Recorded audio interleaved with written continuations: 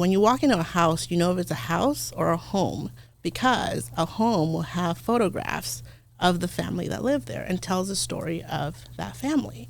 A house would look like a showcase house that's on the market for sale, would not have any photographs, would have irrelevant objects for decorations. But with a home, you have family photos. You have pictures of, here's grandpa and grandma holding the baby when they were born. Oh, and look at that, grandpa and grandma with mom when she was 5 years old. It tells the story of that family and the various generations that came before it. Well, I love the San Gabriel Valley. Welcome to the My SGV podcast. So I grew up here and I still live in Alhambra. I was raised in between Temple City and Alhambra. Eventually resided in South San Gabriel. Our mission is to capture and share the stories of the people of the San Gabriel Valley. Monterey Park has pretty much been my whole life. Well, I'm proud to say that I was born and raised in the San Gabriel Valley. We believe our diversity is what makes the SGV great. And no matter where you are from in the San Gabriel Valley, you will feel welcome.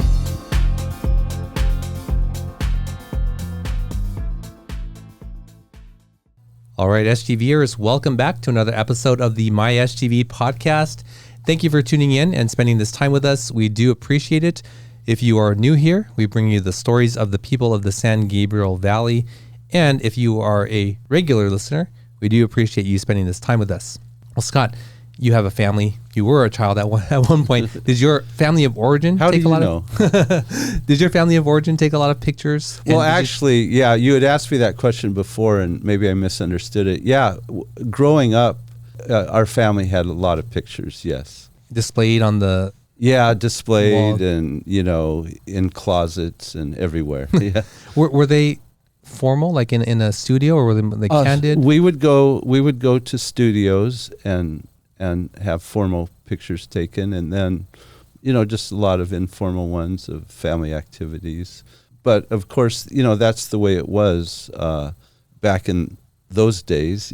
People took pictures with cameras, and it was always a more formal. So maybe now people aren't as formal, but even you're at a family picnic, everybody has to get lined up, and now I think things are more, sort of free-flowing. Mm-hmm.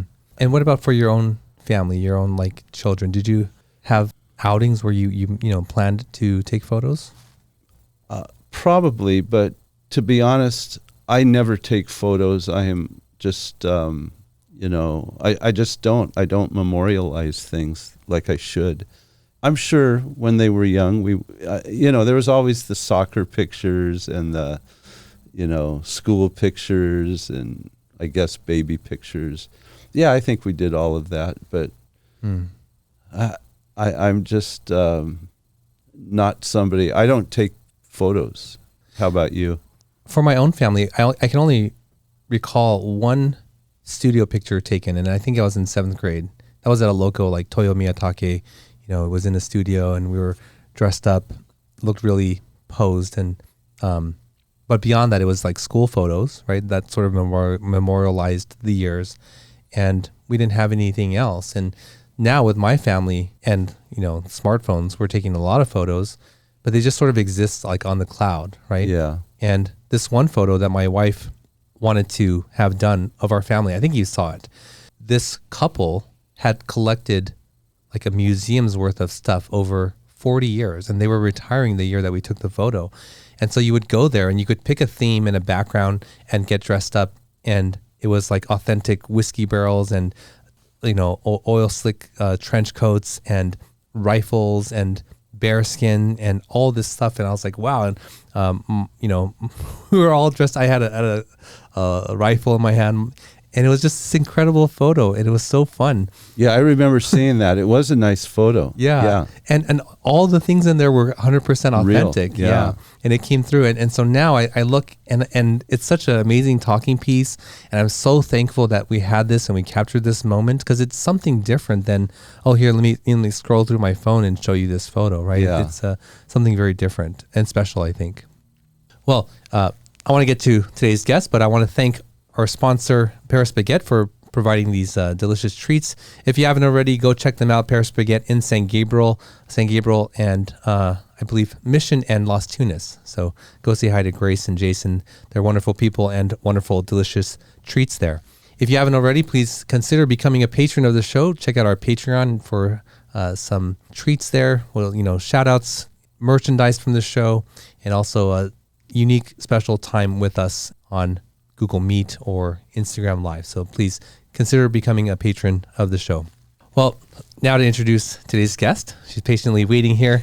We're bringing you a story of grace, grit, and an artistic vision that paints life's most precious moments. This visionary found her calling behind the lens, capturing the whispers of time with a shutter's snap, freezing joy, love, and the sheer beauty of family bonds in a frame. Alongside her partner in life and business, she turned a humble passion into a thriving haven of creativity and warmth, nestled in the heart of Old Pasadena, recognized by the greats, trained by legends, and applauded on stages where only the best tread. She's not only a photographer, she's a storyteller, a trainer of keen eyes, and a guardian of newborn safety. Her studio isn't just a place, it's a time machine that captures now and turns it into forever. In a world that's quick to move and forget, she ensures every fleeting smile is eternal. Please welcome to the show photographer and founder of Nestled in Time Photography, Joanna Law. Joanna, welcome to the show. Thank you. I'm so honored to have me welcome. on the show. Thank you. So you are a photographer and you have the studio in Old Pasadena. Is that correct? It is correct. I've been there for a little over 6 years and been in photography for a little over 8. Awesome. And Joanna, what is your connection to the San Gabriel Valley? Well, I am originally from LA, like East LA, down in Northeast LA. But I've had a lot of my friends who grew up here in San Gabriel Valley. So I would take the bus down to Alhambra, because majority of my friends went to like Alhambra High. So I've always thought that I'm going to start a business here in San Gabriel Valley, and oftentimes I went to Old Town Pasadena, and Holly Street is where I often went with my boyfriend at the time, but now my husband, and we hung out in Old Town, and we said, there's a little restaurant there, Tibet and Nepal place, which is down the stairs from my studio. We looked up at that red brick building and said, one day we're going to own a business in this building, and here we are. Wow. In the building that we dreamt about in high school. Wow. Well, you followed your passion and dream, huh? We did. We were looking our first studio was in Alhambra, and the space was quite small, and it was hard for us to find, people to find us. Then we were out eating at one of our favorite restaurants, Tibet and Nepal. And we saw the sign that said the building, there was a studio space available. It wasn't much bigger than the studio we had already. But I said, you know what, let's just be in the building. If there's an opportunity that is going to be available to us, at least we're still in the building. We'll be the first to know. And in the middle of the pandemic, the little art school in the corner, they had to move out because of the pandemic. And then we took that space, and now we're in the corner suite. And your business is Nestled in Time? Yes, it is Nestled in Time. Okay.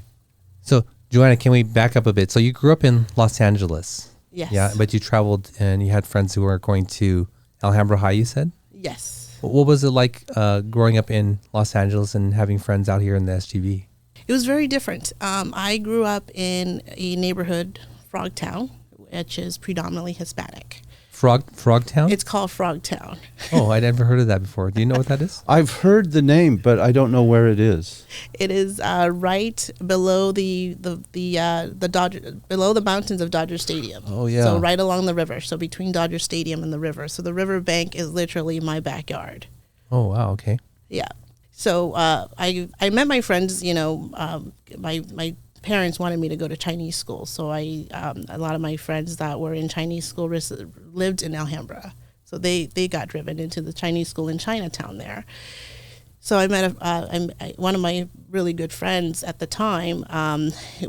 She went to Alhambra High, and then my parents would drop me off at Alhambra High. Her parents would drop her off in LA, but it was Alhambra was a place where I could be familiar with my culture because I was growing up in a whole different culture, which was fine. You know, it was great. It was a great experience.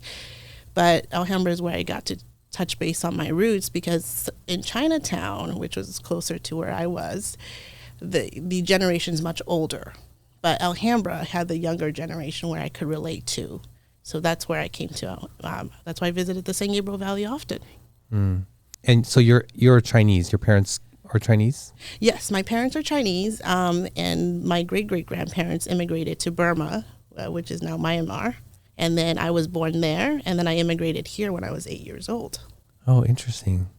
I just realized how ridiculous that question was. I said you're Chinese, and are your parents Chinese? Oh, yeah, right. No, they're not Chinese, but I'm Chinese. Sorry. Myanmar. Okay, so there are ethnic Chinese in Myanmar. Yes. And so did you grew up with that culture? I grew up with the Burmese culture, where I was not very much in touch with the Chinese culture. Like I don't speak Chinese very well. And then there was, of course, the Japanese influence as well there too. So we got some Japanese influence, but it was a British colony. So we had a lot of Japanese and English culture and traditions that we had there. So the Chinese culture was a little bit far reach for me. And so coming into Alhambra was something that was great, because that's when I actually started learning Chinese. Well, as you grew up in Burma, was it called Burma at that time, or Yes, it was Burma. What language did you speak? I spoke Burmese. I spoke Burmese and learned English at the same time. Okay, so it had been a British colony, but English was not the spoken language. Not after the country had liberated itself from England. So yeah. Okay, so Burmese is your first language. It's my first language, but no longer my primary. Mm-hmm. Yeah, I suppose there's not much opportunity, is there? No. It's kind of like, you forget it if you're not using it. Yeah, but your family all speaks it. Yes, they do. And what do you speak Burmese with your parents? Or? I do. I try to do that the best as I can, because I now have a son. I'm trying to pass on the various cultures that my background has given me the opportunity to get to know. I don't know that I've heard Burmese. So how would you say I'm from Burma? Oh my goodness, you're going to put me on the spot. Oh, okay, I didn't mean to. Yeah. Especially since I'm not from Burma, so I can say hello in Burmese. How do you? What does it sound like? Minglaba. Oh wow, so it's it sounds like a Southeast Asian language. It is. I know my parents are going to watch this and go, "You didn't know how to say you were from Burma." I forgot. Sorry, Mom. What was it like growing up in Frogtown with most of the Chinese and Asian friends that you had over there? And I imagine you said it's primarily Latino, right? What was it like growing up there? There was definitely a difference, because we immigrated straight from Burma into Frogtown. So I remember going to school. My first couple of years of elementary school was very, very rough. Even though I spoke the language, I wasn't confident to speak English because I was afraid of my accent. Burmese people have a very unique accent, like when you hear Southeast Asian speak English. So I wouldn't speak. I kept my mouth shut, basically stayed quiet in my classes, and the teachers would say that I needed ESL, English as a second language. I was put in classes with other students that spoke no English at all. In Burma, education's quite advanced compared to here in the United States. So even though I came here in the second grade level, I was already reading, writing. I knew parts of speech, and then I was already doing algebra by second grade, like at least algebra 1. So by the time I got to the 7th grade, a teacher noticed that I would fall asleep in class because I was so bored. And no other teachers, no other classmates wanted to hang out with me or talk to me because I stood out. Because obviously when I spoke to them, I wasn't ESL. But when I didn't stand up to speak in class, the teachers thought, hey, she just doesn't know the material. So It was actually sixth grade going into middle school. I was in an ESL class. I forgot the teacher's name, but she recognized that I was an ESL and I could potentially be highly gifted. So that's when she took me to the principal's office and then sat in a counselor's office and took the gifted exam. Scored well. So then my sisters, I have two younger sisters, they got called into their office, at their schools, and they were tested. And it turns out, guess what? We're highly gifted, but we were just because of the conditions of being an immigrant. It actually made my talents be hidden. Were you placed in the GATE program? Yes, I was. Yeah, I'm surprised you know the GATE program. I was in the GATE program. Oh, see, great minds. Look at what the great minds achieve. I'm curious though, because I'm always thinking of children and the struggles that they go with and the fears that they go to school with. I would imagine that is number one, and how difficult it must be to even focus on learning if you have to confront the challenges of kids making fun of you or your own speech. Was that always on your mind going to school? Absolutely. Even the outfits that I wore was on my mind. So being immigrants, we didn't get to wear designer clothes. Going to Old Navy or the Gap was a huge treat. So my grandmother was the seamstress, so she made a lot of our outfits for us. She made a lot of our clothes for us. And I remember my parents not knowing the difference between pajamas and school clothes, right? So sometimes I just got to go to school in pajamas, and then the kids would make fun of me. Oh, wow. Yeah. And then, of course, speaking, when I worked really, really hard to get rid of my accent so I can assimilate and have a full American accent. And that's that. And even with my family, I remember one of my aunts said, there are three sisters. I'm the oldest of the three. And she said to my dad, your oldest has the worst accent. The two younger ones will do well, but not your oldest, because your oldest have an accent. And that really impacted on how hard I worked to speak English much better, so that there would be no trace that I was an immigrant. and it worked. I mean, I can't detect an accent. Oh, thank you. Yeah. Yeah, it's uniquely a American thing, maybe, that a foreigner is teased for their accent, but Americans are known worldwide for only speaking one language.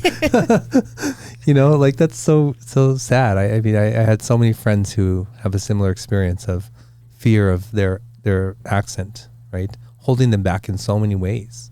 Absolutely. But if you put me with a British person next to me, I would pick up their British accent and we go at it. So I've had some photographers that are from England, and then one time I'm sitting with her and speaking with her at a summit, and all of a sudden my English accent came out, and she's like, "Haha, you're making fun of me." And I said, "Oh my God, no," and we joked about that. So the accent does come out if I sit long enough with somebody. So a teacher recognizing your talents may improve your educational path, but how was the social path still after that? The social path was great because finally I was in an atmosphere with, other students who were excelling, who were at my level. Being in ESL, the other students were not at my level of speech, so I could not communicate with them, especially the school being predominantly Hispanic. I did not speak Spanish. They only spoke Spanish. I pretty much only spoke English and Burmese, but mostly English because at that time we started speaking a lot more English at home. So I couldn't communicate with my classmates. I had no friends because if you can't communicate, how can you make friends? So finally, when I got into the gifted program, the GATE program, everybody spoke English, and everybody was as articulate as I was, or if not, they were a lot better. So that helped me improve my English, helped me improve my relationships, and actually start building relationships. Wow, thank goodness for that teacher. Yes, I owe her everything. I can't remember her name. Wow. And what sort of interest did you have at high school or at schooling at that time, or just in general? Well, my parents are fairly well, highly educated. So they would always instill to us that you need to get a bachelor's degree. Was like a high school degree in our family. I grew up with all my majority of my aunts and uncles are doctors, lawyers, and engineers. So you either become a doctor, a lawyer, or an engineer, and nothing less. Oh, yeah. No pressure. No pressure. But now I'm a photographer. Yeah, there's a joke. I forget her name. The comedian who says like you only have 4 choices: doctor, engineer, accountant. No, doctor, lawyer, engineer, or failure to the family. Here I am. No, I'm not saying that to you, but yeah, we get it. So you had this really highly educated family, and I'm sure that's a lot of pressure for you. It is a lot of pressure. My sister's a neurologist. My other sister is an orthopedics PA. Oh, wow. No pressure at all. No. So when I told my parents I was going to open a photography studio, they were like, what about law school? Wow. What about medical school? Your sisters are going there. I'm like, no, I want to help families capture the moments. And the reason for that is because when we left Burma, one of the things that my mother wanted to pack up was pictures.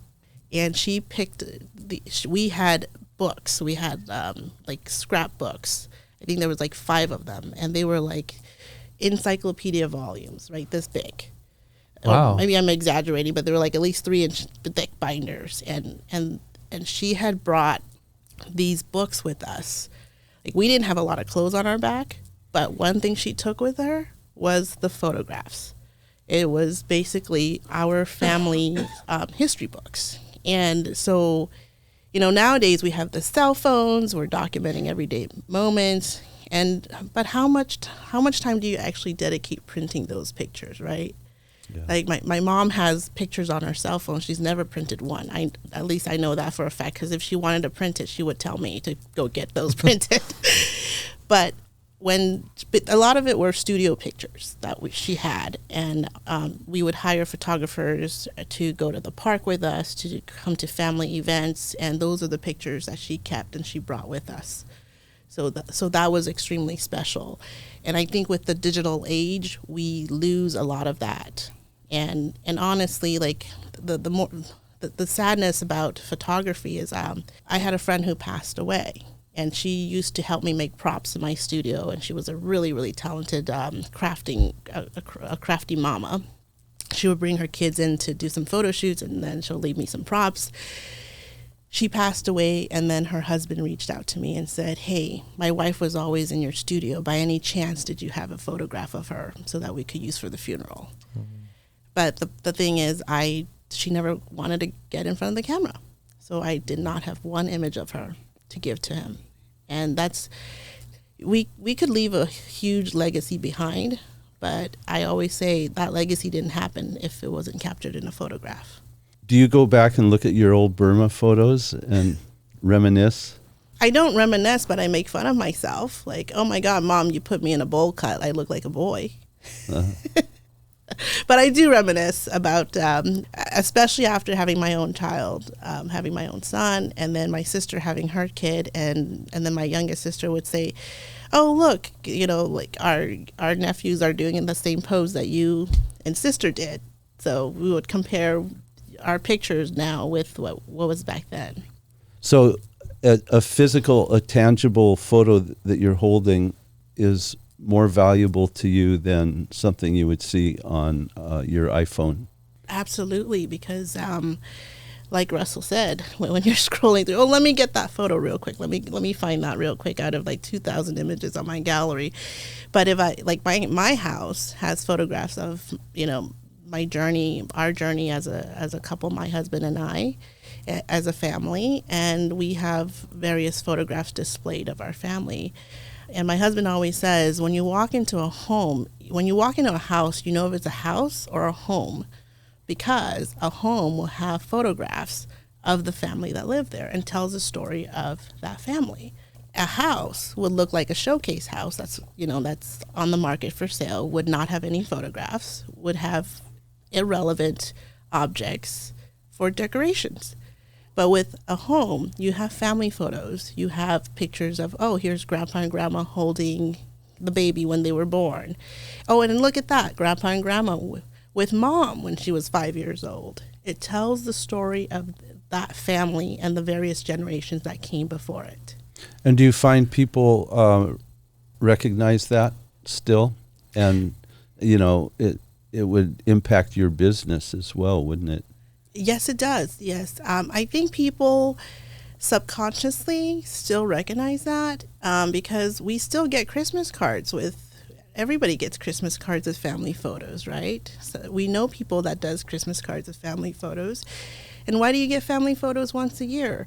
Because your kids grow up. You want to capture that year, what they look like that year, how tall they were in comparison to your height, in comparison, like even next to your car. You get a brand new car, what do? Get the family out there and take photos with the brand new car, because you want to encapsulate that moment and go, look at how small Joshua was when he was 3 years old when we got this car, and 10 years later, look at him. This is his car for college. And there's another photograph, and those two photographs just told the story of little Joshua. You clearly have a way to describe the importance of it, and I can feel that. I'm curious about the process of going against the grain and telling your parents, like, this is what I'm going to do, especially with all that you described your family. Like, that's a tough thing to do. What was that like? I basically didn't tell them. I just did it. Oh. Okay, you just hid it from them. I hid it from them. They'll be like, where are you going? And I'm like, I have a class. And they're like, what kind of class? I'm like, I have a class, and I'm going to get a mentorship. I'm going to do training with Ana Brandt, my mentor, or I'll be doing an online course. So yeah, I said I'll ask for forgiveness later. So you had in your mind at some point they're going to find out, and you just imagine like you just deal with it at that point, or did you have a plan that you would become successful enough that they would accept it? Yep, plan B was it. That was it. I said I will get successful first, and then I'll let them in. Now you do it with your husband. Yes. That's right. So did you always do that from, age 21, or when did it start? What was that process? Well, my husband since high school has always loved photography equipment, like old cameras, new cameras. He would collect all this. We started going to college, and we got our degrees. Neither of us got our degrees in photography. He's actually a chemist and an engineer. So I did marry an engineer, so that helped a little bit. And I got a couple of degrees in Bachelor's of Science and a Master's of Science. I have a degree in microbiology, so I'm a germaphobe with a degree in microbiology. So yeah, it was just perfect. So I was pretty much like pre-med, with those degrees. So I kind of tricked my parents, thinking that I was going that route. That's a tough route to take just to fool them. Well, my degrees are great because that was one of the things that I told myself. Photography is so impacted. Everybody picks up a camera and they go, I'm going to start a photography business, and have no idea what goes behind it. So I said, if my photography business fails, I can always go back to being a scientist. I see. Did you actually practice as a scientist or work as a scientist? I did, but I'm going to leave that for another day. Oh, okay. And then at what point did you start professionally getting into your photography career? I started professionally. At first I was going to be an event planner, so I was making invitations, and I did the event planning. The girlfriends that I came to Alhambra to hang out with, 3 of us decided we're going to do our event planning business, and we did it. And then we said, this is so exhausting, we could never pull this through. So we give major props to event planners who deal with everything. And so I was taking photographs of my props, my invitations, the different things I did, and was posting it like on my Etsy store. And then a friend of mine, she got pregnant after her wedding, and then she's like, how hard could it be to take maternity photos? They cost thousands of dollars. You have the photo equipment. You want to just go hang out and take photos? And I said, well, let me go online on YouTube and find out YouTube University and see what I can do with posing. And that's actually how I found my mentor. I saw her videos, and I learned through her videos. And then I took my friend out to Cal Poly Pomona in the Rose Garden. We took pictures. And then I submitted a couple of those pictures for an award that year. Just to get feedback. I wasn't trying to win in anything, but just to get feedback on how I can improve. And I actually placed, like, my pictures got picked that year. So I said, oh my God, and then my husband was like, we need to start a business. I mean, you picked up the camera and you did this with YouTube University. And so that's what I did. So that's how the business, that's how the business evolved.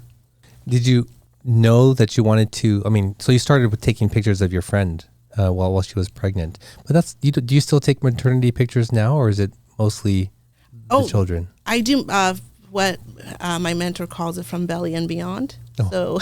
So I do maternity, and it's fine art.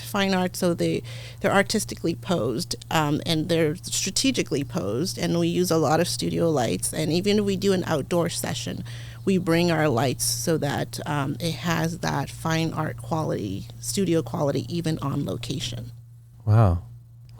And when you were pursuing it, was it a passion, or were you just trying to figure it out for your friend? How was that experience for you? It was definitely a passion. I've loved art.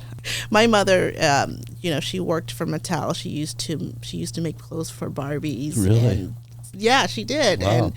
And that was the most amazing time, because I saw my mom, when I get to visit her at work, she would be making doll clothes. And I'm like, Mom gets to play with dolls all day. And she loved that job because she loved making little toys. So art has always been in our family. And so it was just a way for me to carry that on. This is my own version of art. I see. Well, Joanna, we ask each guest to bring an item of significance with them. What did you bring with you today? I actually brought the photo album of my son. Oh. This I actually display. I have two versions of it, the exact same copy, actually. One in my studio and one in my home. This stays on the coffee table. Ever since he's a little bit older, I've taken off the coffee table because the white wouldn't survive a child, right? So this is on my on a counter in the living room, right by the fireplace. And everybody that visits my house, that's new to the house, always gravitates towards this, and they go, "Can I touch it?" And I said, "Yes, absolutely. Touch it, feel it." And if you feel the cover of the album itself, it's not cold. It's not. It's not hard. It's soft and warm, and that's the memory it brings back, like the baby blanket. Can I see? Yes, of course. So, and that's a great photo too.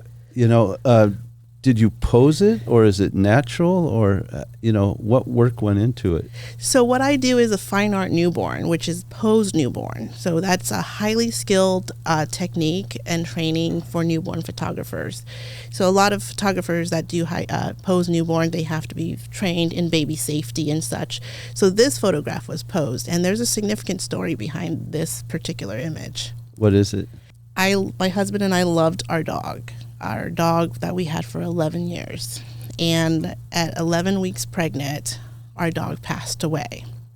So I felt like I was trading in one child for the next.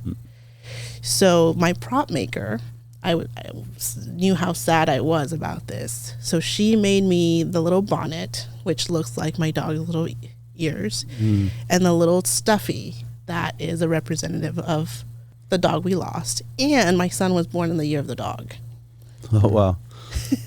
So that's how I incorporate a lot of significance to the family. So if a family were to look at their photograph, they're reminded of that beautiful memory. Yeah, and that dog is quite prominent. I mean, is full forward, or full facing forward, or however you would say it. Yeah. I mean, it's like a very prominent part of the photo. And I wear it in my necklace too. It's the same image that I wear as a necklace. Oh, yeah? Yeah. Can we see some more of the photos in there? Yes, of course. I just want to see. The pages look extremely thick. Yes, these are archival quality albums, and I am a huge supporter of items that are made here in California. So I work with a company that particularly works with photographers here in California, and so they print all of my albums and create all the albums for me. So this is of my baby. Wow. It's not like a single shadow. Like, wow. This looks like floating in the background there. Right. Thank you. I think that's a compliment. Yeah. It looks incredible. So we also lost our first baby, not just our dog, but I had a couple of miscarriages before. So he's a rainbow baby, so I incorporated the rainbow. So rainbow baby is a baby. What's that? Oh, Yeah. A rainbow baby is a baby that you have after you've lost children's before it. So, or if you've miscarried, or they pass on. So are these all taken in one session? Yes, this is all one session. I did this 6 weeks postpartum for me. So I couldn't do a full-on session like I would for a client for my own child because I was 6 weeks, just 4 to 6 weeks, I forget. But I just had him, and I went into the studio and I took photos of How many hours did you spend? For my son's session, because of my health, I ended up spending about 6 hours. But with just in studio work, just to get the baby to pose like this safely. And how did he react? Was he sleeping a lot of the time? So he slept through the night mostly. So in the mornings and during the daytime, he was awake. And I shot this during the daytime, which was a mistake. I should have done it in the middle of the night.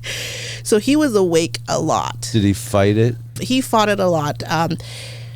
For some reason, I think it's because he was in my belly. When I was working with clients, he knew all my tricks, and most of it didn't work. He was like, "Mom, I know what to do with those babies. I'm not doing it." So his session took longer, double the amount of time than usual. But with clients, it's anywhere between 2 hours to 3 hours. What are some of the tricks? Well, we have the sound machine. So we have several sound machines on. One sound machine mimics the womb. So it has that the sound of the womb, and then I have two sound machines that mimics an infant heartbeat, and they go off not together, but they go off. One machine follows the other so that they're synchronized. What is the age usually of the baby that you like? I mean, do you have a particular age that you focus on? Yes, newborn. This stage is typically done at. Anywhere between 3 days to 21 days. But that also depends on the experience of the photographer. So I have quite a bit of experience. I've gone all the way up to 3 to 4 months because I've had infants that come to the studio where they've had open heart surgery, cranial surgery right after birth. So they've been in the NICU, the baby ICU. And when they're well enough, then they come in for their newborn sessions. And I can still work with older babies, just because of my training and experience. Wow, that's really neat. And just to be able to touch it and then point to things and talk about it, that's something unique to what this is versus a digital photo on the phone. Right, it's a different feeling when you're actually touching an album. And then can you imagine just having a chronological order of your baby's first year, just albums like this, just sitting on a coffee table. I mean, you won't have like 21 of them, but... Yeah, but there are people that come every year to update or get a new set of photos then. They do, yes. So we do from the pregnancy. I've had clients that come to me when they're, just 5-6 months pregnant. They'll book their session with me, and then we'll do their maternity session. I've gone to clients' homes where they wanted to document their nursery, how they set up the nursery before the baby was born. They'll do their maternity session in their nursery, and then maybe an outdoor location of choice, or they come back to the studio. So I've had a variety of that. So from belly, and then when they give birth to the baby, when the client is well enough to come travel to the studio, I have them travel to the studio, and then we do the post newborn work with families included. So I always include grandpa, grandma. I encourage clients to bring grandpa and grandma because I think about my own personal pictures. When I was born, cameras were rare, especially in Burma. So I don't have any pictures of my grandmother holding me, my grandfather holding me.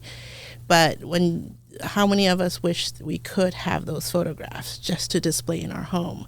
So I always encourage the clients to bring the grandparents, and then we make a full album for them if they choose to, where it tells a story, where we have a picture of mom and dad, the maternity stage, and then the next one will be the newborn and with the grandparents, and then we end with images like the ones in this album. Well, this is a very specialized type of photography. Yeah. Is it a common form of photography? I mean, I was not aware of it.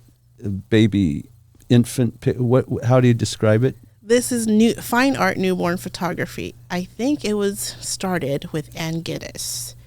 I think back in like the 90s. Oh, okay. So it's recent. Huh? It's very recent. It's been around just a few decades. But there are a lot of photographers getting into this super niche type of photography, and there are world-renowned photographers and trainers that basically pioneered this industry, and now they're teaching it, and I hope to be able to carry that torch. Yeah. Well, Joanna, I want to go more into what you do, but we're going to take a quick break, and we'll be right back. Sometimes even the best of us can slip up. That's why the law offices of Scott Wormuth are here to pick you back up again. And while they strive to get you the biggest compensation possible, oh my gosh! Their main concern is your health and recovery. They work closely with doctors and insurance companies to make sure you get the proper medical treatment. Initial consultations are free, so give them a call. At the law offices of Scott Wormuth, we're with you all the way.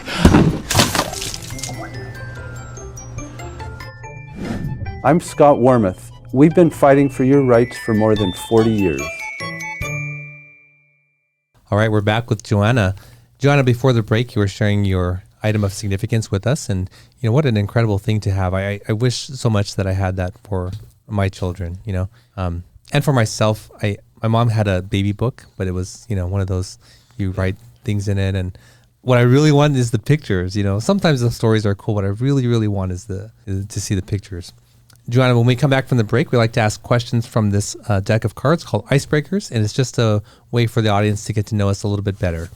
You can choose to answer or not. This question is, what's the most surprising self-realization you've had? So a little bit deeper than our normal questions, but I've had a chance to consider this, so maybe I go first and give you guys a little bit more chance.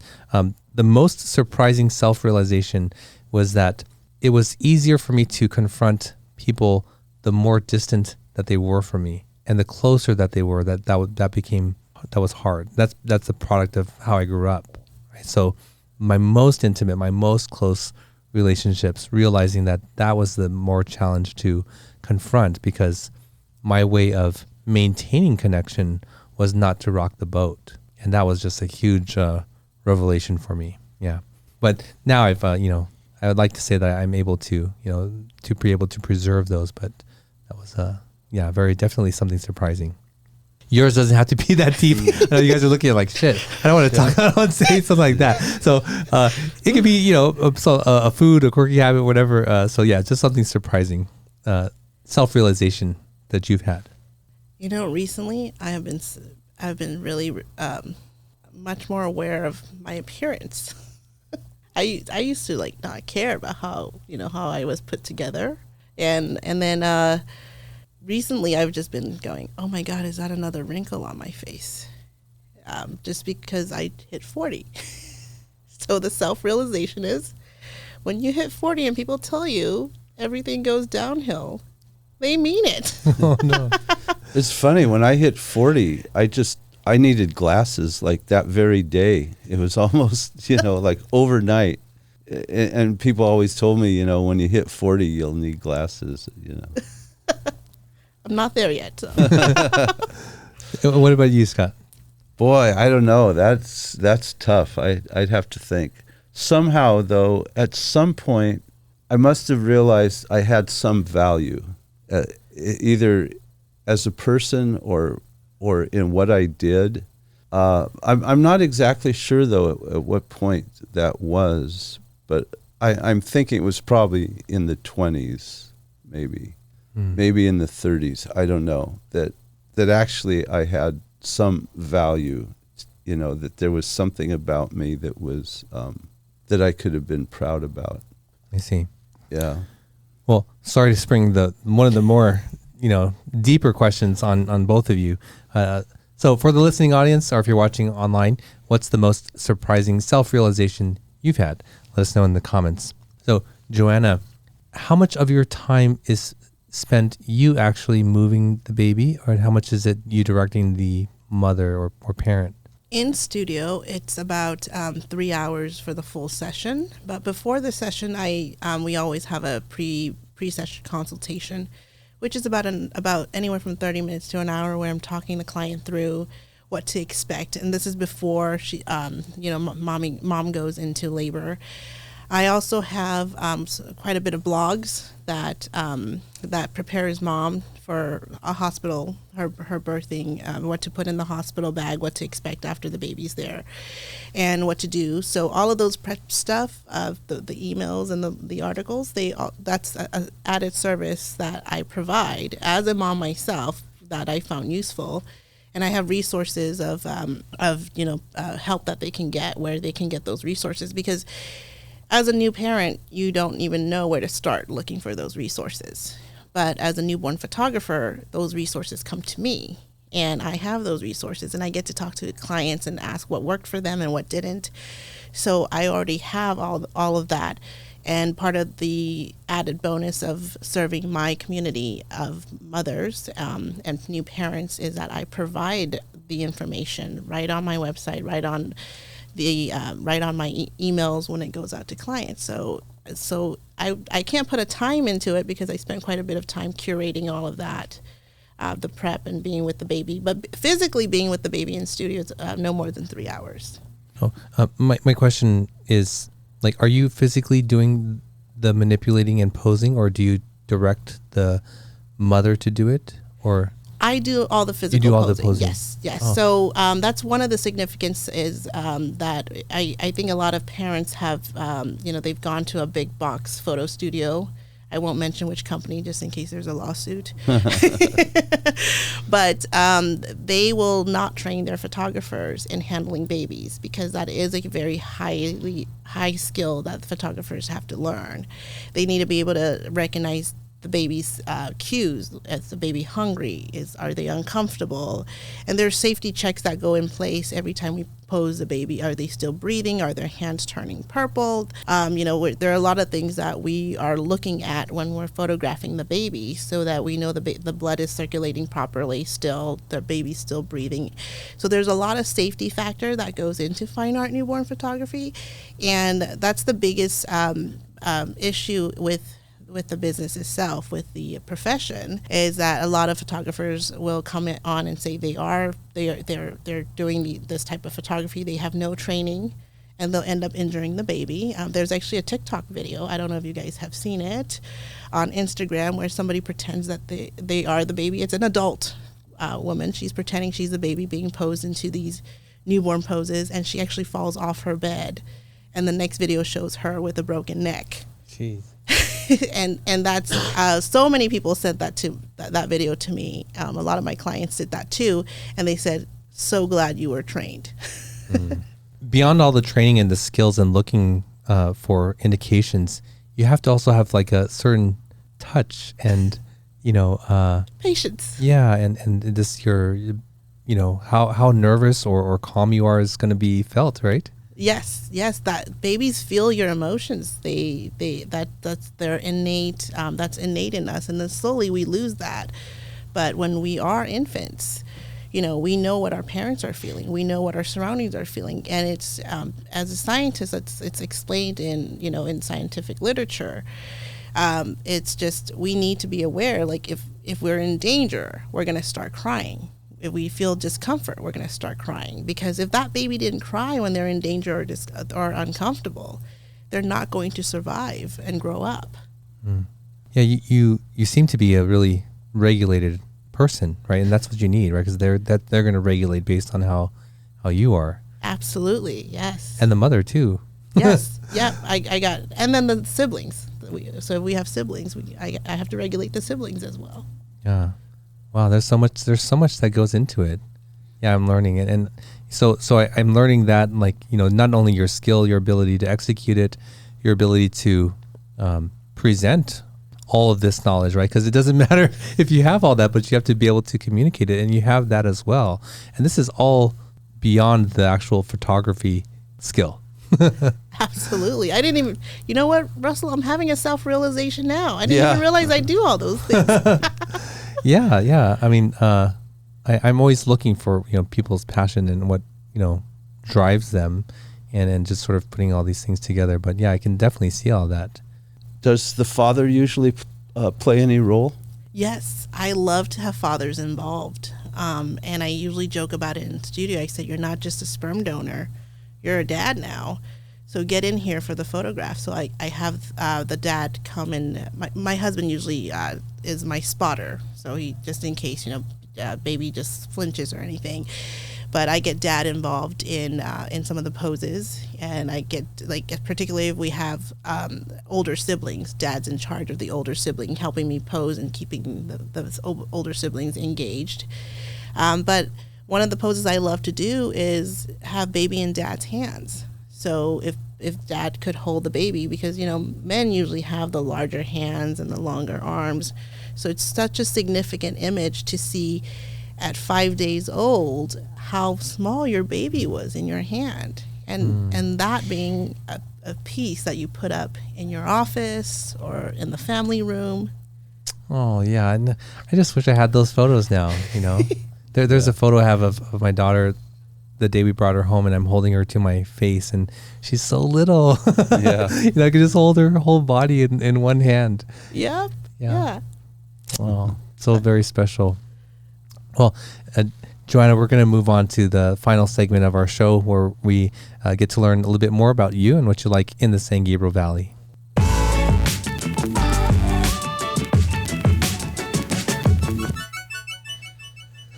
Joanna, this is what we call the SGV3, and we ask you to share your 3 favorite or most memorable places or experiences in the San Gabriel Valley. So what would be number 1?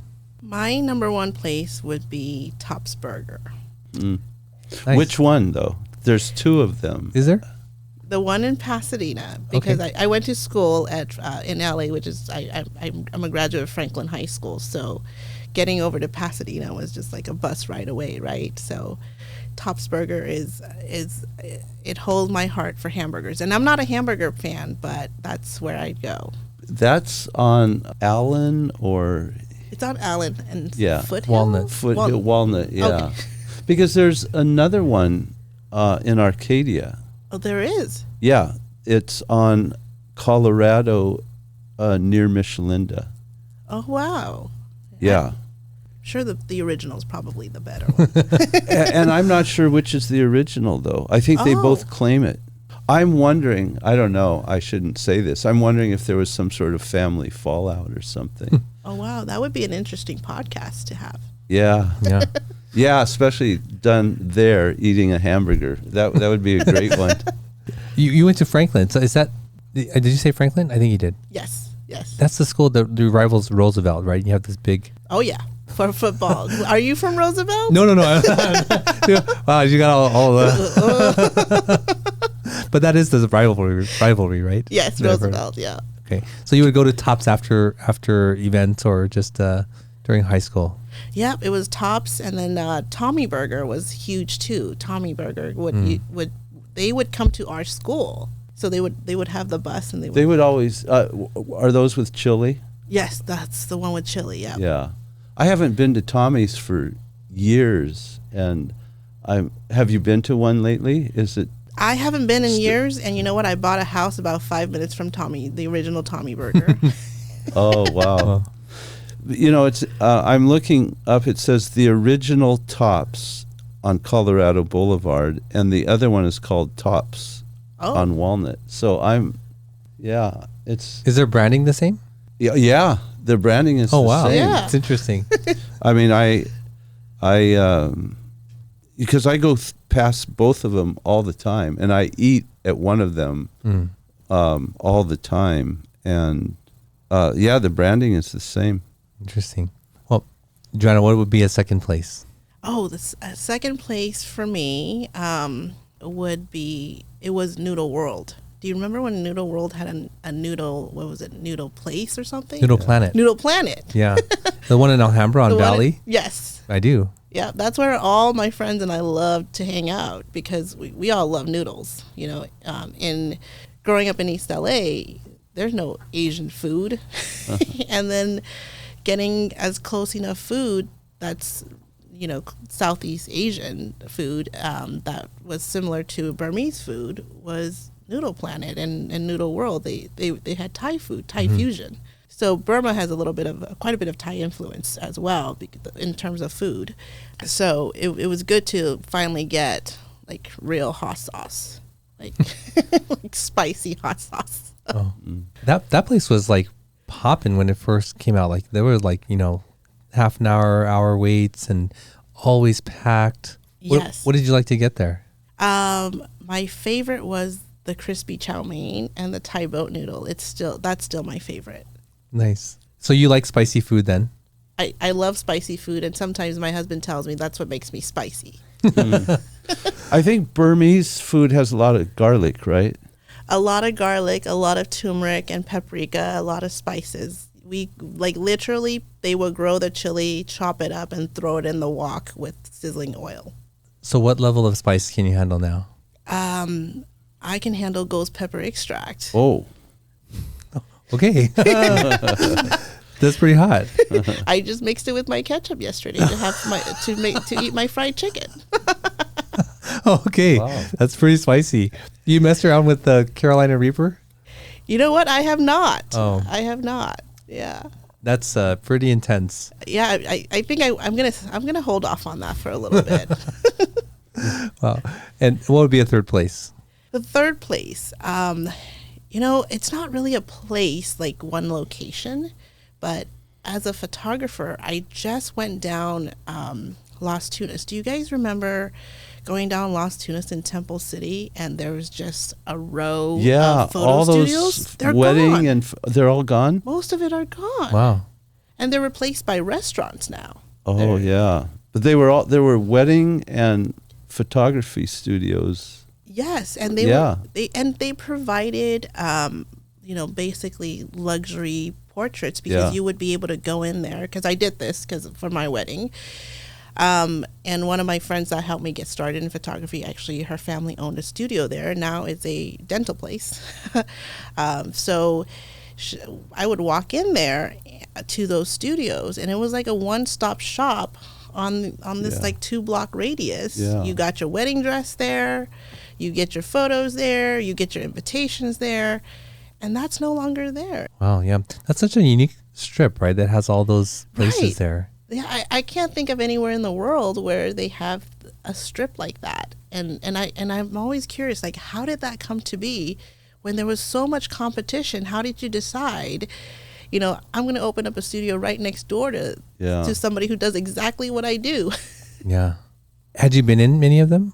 When I was getting married, my bridesmaids and I walked up and down the block a couple of times and just, you know, trying on dresses. And we did this for a few days before I decided on which studio I was going to work with. Oh, okay. Cool. Well, Joanna, thank you so much for coming on the show and sharing your story with us. If people want to check out your studio or get in touch with you or you know, look at your services, what's the best way to do that? My website has everything. So it's www.nestledintimephotography.com. And then I'm also on Instagram. So follow me on Instagram where they get to see behind the scenes work. Nestled in Time Photography as well, and with the underscore between the words. Nestled in Time Photography. Awesome. Well, Joanna, thank you again for coming on the show. we really appreciate you spending this time with us. Well, thank you for having me. It's such a pleasure and an honor to walk down memory lane and to share something new with men.